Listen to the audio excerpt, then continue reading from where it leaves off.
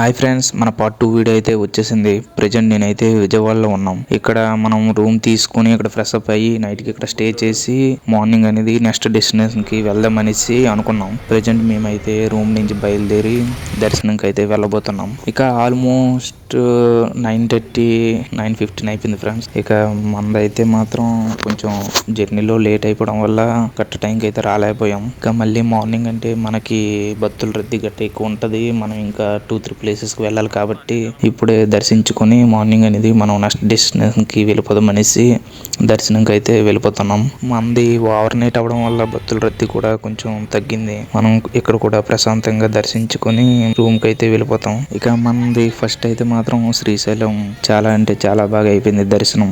ఇక ఇక్కడ చూడాలి మన విజయవాడలో ఎలాగవుతుంది అనేదని. అక్కడైతే మాత్రం శివరాత్రి కాబట్టి రష్ అయితే మనం చాలా ఎక్కువగా ఉన్నది. ఇక గుడి దగ్గరికి అయితే వచ్చేసాం ఫ్రెండ్స్. ఇక మేము వచ్చింది అయితే మాత్రం కొంచెం ఓవర్ నైట్ అయింది కాబట్టి భక్తుల రద్దీ అయితే మాత్రం కొంచెం తగ్గింది.